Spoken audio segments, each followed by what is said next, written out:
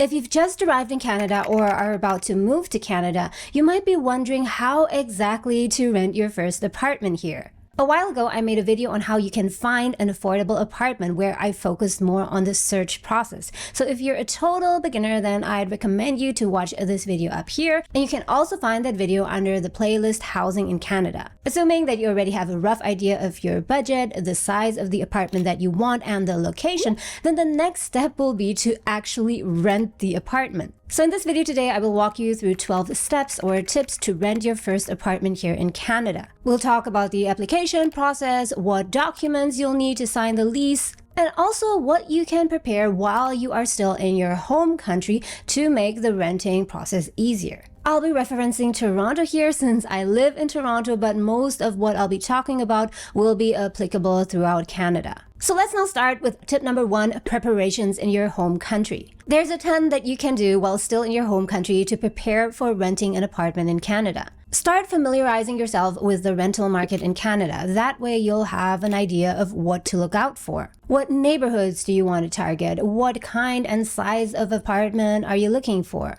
If you have a better idea of what you want, you will save a lot of time later on. Next thing, get your finances organized. If right now you have your funds scattered across multiple accounts, it's a great idea to pool everything into a single account at one bank that allows you to easily transfer your funds to Canada later on when you have a bank account here. Also, very important, get certified bank statements and letters from your bank. You might have already done this while preparing for your permit or your PR, but that might have been a while ago, so it's a really good idea to get more recent documents. And also, if you've been renting in your home country, don't forget to get references from your previous landlords in English.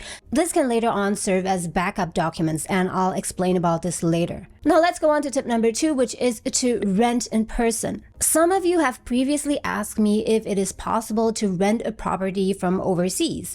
And the answer is that yes, technically it's possible, but personally I would be very cautious with this. When you're still overseas and have very little knowledge about the market, it is super easy to get scammed. It is very difficult to know whether or not the company is legit or whether they're even the real landlord or assigned realtor. Unless you're 100% sure that this is a legit company, for example, because your employer has worked with them before, or you have a trusted friend in Canada who can help you view the property and meet the representative of the company, I would not rent from overseas. The best thing that you can do is to just wait until you arrive here in Canada and see the unit for yourself. And even if you're physically here in Canada, you can still get scammed if you're not careful. So if you want to safeguard yourself against potential scammers, then do watch this video up here. Tip number 3 is about the timing.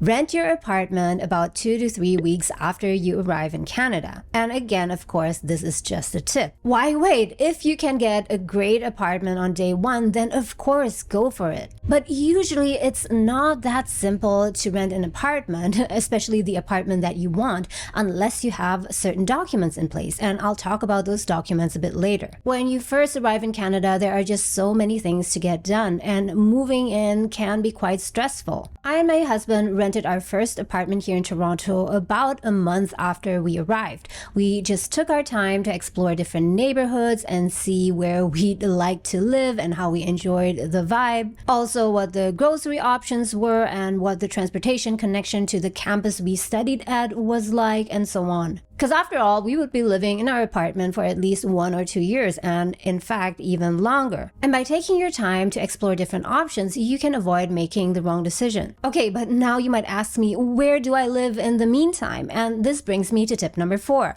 Get a temporary accommodation. When you first arrive here in Canada, the ideal solution is to live with friends or family members if you have any. And if you're a student, definitely consider campus accommodation at least in the beginning. But what if you don't have family or friends here and you're not a student either? In that case, consider renting a long-term Airbnb rental. And by long-term, I mean 2 to 3 or even 4 weeks instead of just a couple of days. There are tons of Airbnb rentals here in Toronto and they are quite affordable. And I would say that it is safe to rent these from overseas. Of course, you will have to look at the rating and read through the reviews and so on, but in general, it is safe because you are going through the Airbnb booking process. And that's actually what we did. We were lucky to have friends here in Toronto, so for the first 3 weeks, we could live in their basement. And just after those 3 weeks, we rented our first apartment here in Toronto through a property management company, and I will also go into that a bit later on. But our move-in date was only until about 2 weeks later. So in the meantime, we rented a room at 2 different Airbnbs.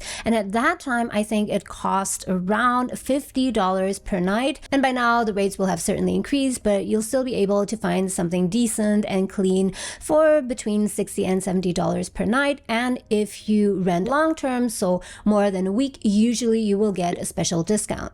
Tip number 5 is to get a local mobile phone number as soon as possible. And this is super important because oftentimes you will be using your mobile phone to contact a potential landlord. So imagine if a landlord gets your phone call and they look at the screen and see a foreign number. They may still pick up your call, but some, if not all, landlords will be hesitant to entertain your inquiry. They will think that likely you're still overseas and that there is no guarantee when you'll actually arrive in Canada and whether or not you have the documents that they want to see, at least from their perspective. But it's very different if you call from a local mobile phone number. You will be treated as an equal contender to rent their apartment. But just to note, in order to get a mobile phone plan here, you will need to get your SIN number first. So get that done as soon as possible. Before we get to our next tip about what documents you need to prepare to rent an apartment, if you find this video useful, then please do let me know by hitting the like button. And also, if you're new here, I make videos on how you can get ahead financially in Canada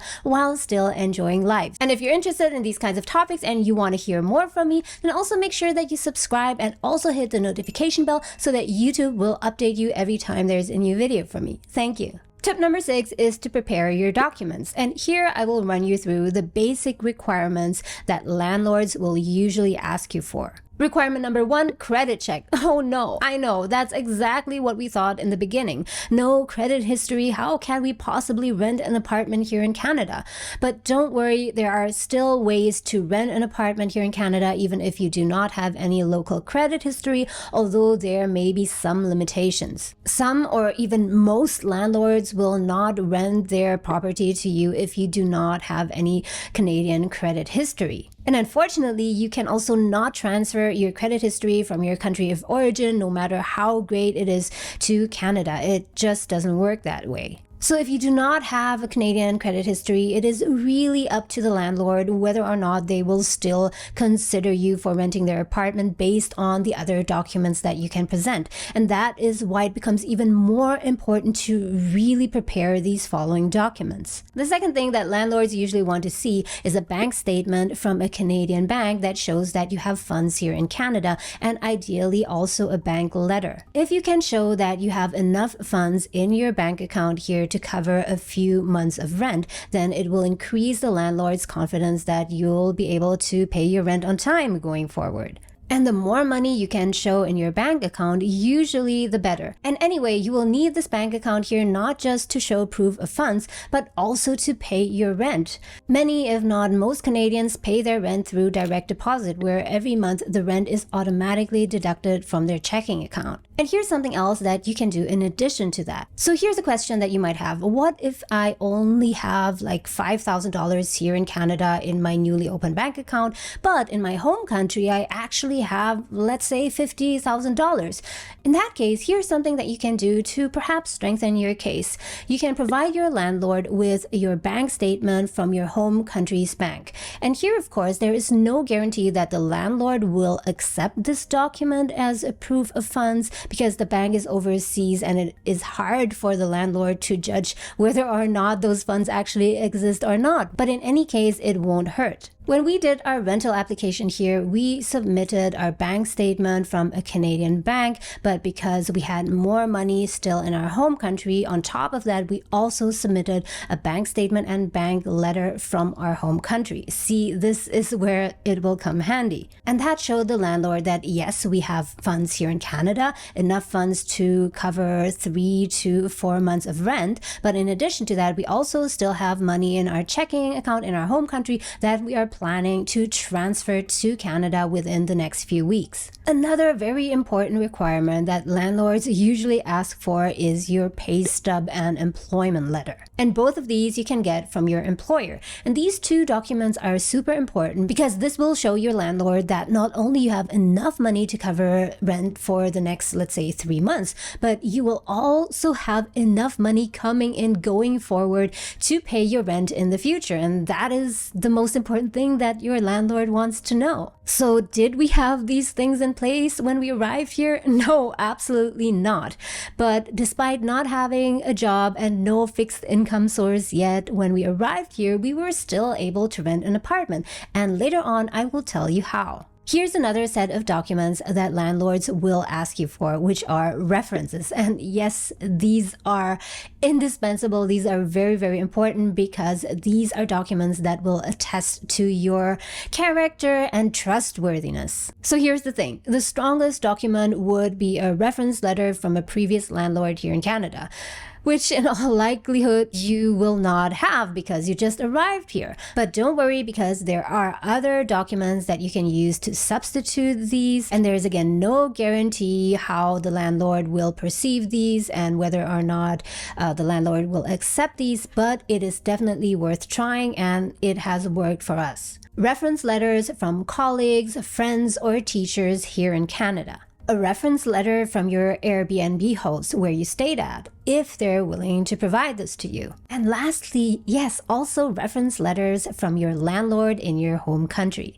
And certainly reference letters from your landlords in your home country will likely carry less weight, but it will definitely not hurt. And this is exactly what we did. In our rental application, we submitted 2 reference letters in English from previous landlords in Indonesia, in addition to 1 reference letter from the friend at whose house we stayed at. So prepare all of these documents that you have and arrange them nicely in a folder, and ideally also make copies of them just in case you lose some of these. Okay, next guys, and I guess that this is what all of you want to hear. I will share with you how we managed to rent an apartment when we just arrived here in Canada within the first 3 weeks without having any local credit history and not having any employment either. Tip number 7 is to consider renting an apartment with property management companies. Your first intuition might be to rent an apartment from a landlord who is a private person. And even though your documents are incomplete, there is always a chance, although slim. But if you haven't had any success renting an apartment from a private person, you never heard back from them, and so on,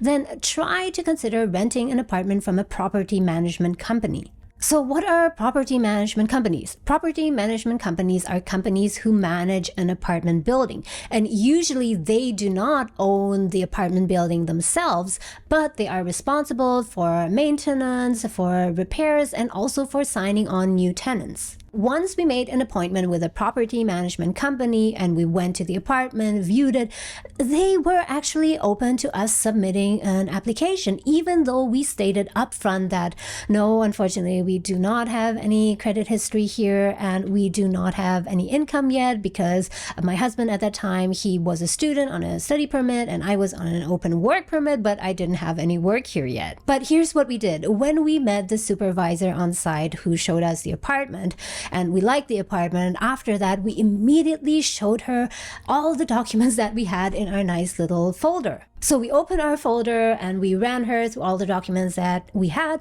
And she said, yeah, that's actually what is required. And we were able to immediately submit our rental application. Of course, I don't know exactly how decisions are made behind the scenes, but my rationale is just that private persons are simply much more risk averse.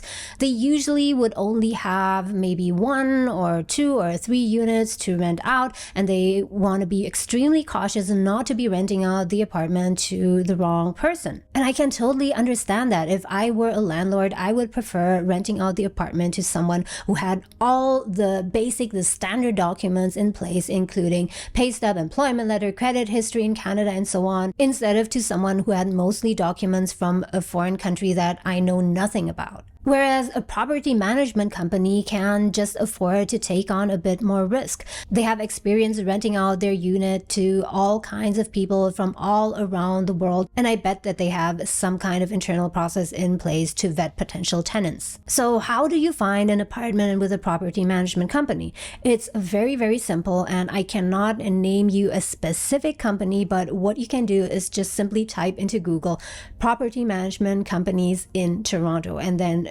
Google will give you a list of all these companies. And of course, just don't immediately go for the top one, but do your research, go through each company, look at their reviews, look at what previous tenants had to say about the management, the reliability, repairs, and so on. Now let's go on to tip number 8, and this is something that can be super helpful, which is to work with a real estate agent. And we actually did this. We went to 2 realtors, but unfortunately were not successful.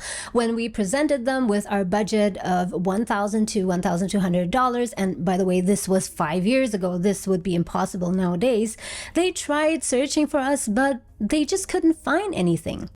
Strange. Because when we went home and continued searching on our own, we actually found a nice studio apartment for $1,180 5 years ago in a beautiful and safe neighborhood. And it also included hot water, which is not always the case. And yeah, it was a studio apartment. It was very small, but it was totally fine for us. And we were super, super happy to find something at that price point. So now your question might be, so should I work with a real estate agent? Is it worth it or not? And let me just give you the pluses and minuses here of working with a real estate agent to look for an apartment to rent. Here are the pluses.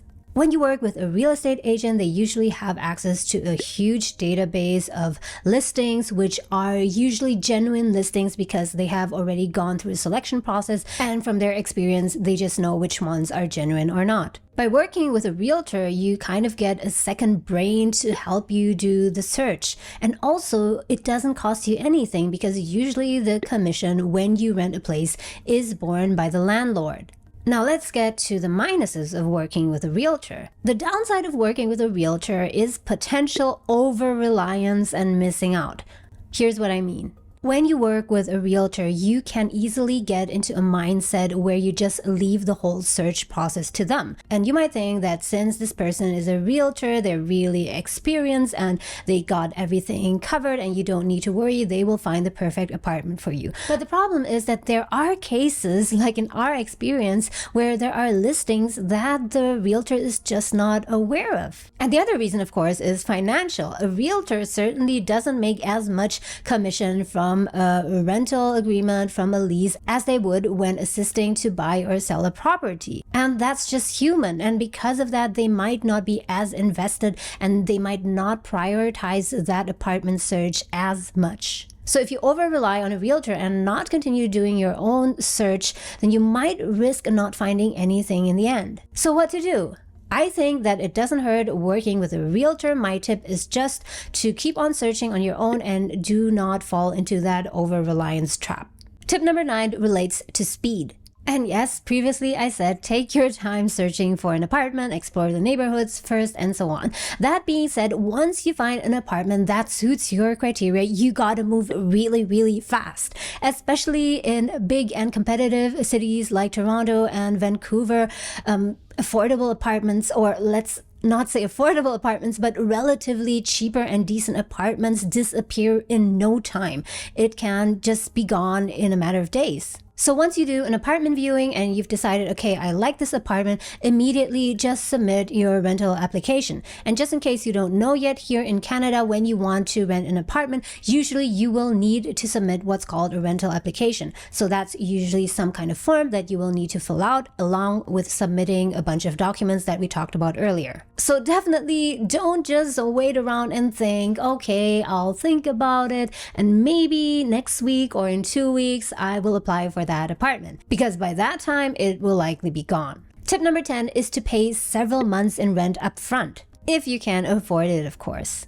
If you're renting from a private person, then you can imagine that what really matters to that person is your ability to pay your rent for the long term. Landlords are only allowed to ask you for the first month's and last month's rent. So this is something that you would normally know as deposit. But in some provinces, including Ontario, there is no deposit. Instead, there's only first month's and last month's rent. So 2 months worth of rent. So while the landlord is not allowed to ask you for more rent payment up front, other than those 2 months, you can certainly offer to pay more than those 2 months of rent up front if you can afford it. And again, of course, there is no guarantee for this, but if you're having a super hard time finding an apartment or getting approved for a lease, then this might be worth trying. Now let's move on to tip number 11, which is don't underestimate the human factor. And now we're going into psychological territory. While there is a formal application process, there is always the human factor. How you present yourself really makes a difference. At least that is what I believe. When you show up dressed neatly, looking professionally, not meaning that you have to wear a blazer or so, but at least you're looking put together, you will make a very different and positive impression on the landlord. When you submit your documents in an organized and neat way, it shows that you care for details. And when you're considerate and polite when you're viewing the unit, it will also show the landlord that later on when you're renting the unit, you will take care of it. So all in all, combine these little things can influence your landlord to take you on as tenant, consider you, or not consider you at all. So now we're getting towards the end of the rental application process. Tip number 12 is to read the contract very carefully. So let's say that a few days after applying, you've been approved. Yay! So now you can move in, right? It's very rare that you can move in immediately. Usually you would be moving in at the beginning of the next month or mid next month. But of course, you can always ask if it is possible to move in earlier. But the rental agreement or lease, you will need to sign immediately. Although you're super excited and relieved that you're approved, still you have to really take your time and read through the details carefully. What does the agreement say about the date that you can move in and for how long the rental agreement is valid? What is included in the rent? Is it just water or also hot water? Are pets allowed or not? Is everything that's written out in the rental agreement in accordance to what was discussed verbally? And to close off this whole rental application process thing, I know it can be a lot. Here's one thing that you can always ask yourself when preparing for this. Put yourself in the shoes of the landlord you're meeting. Why would they rent their unit to you instead of to someone else? So guys, apart from renting your first apartment here in Canada, there are a lot of things that you need to get done within your first few weeks of arriving here in Canada. So if you want to learn more about that and be really prepared, then you can watch this video that I'll link up here. I hope you enjoyed this video, guys, and that it was useful to you. I wish you all the best in your apartment hunting process. Thank you for watching as always, and I'll see you pretty soon in the next video. Bye.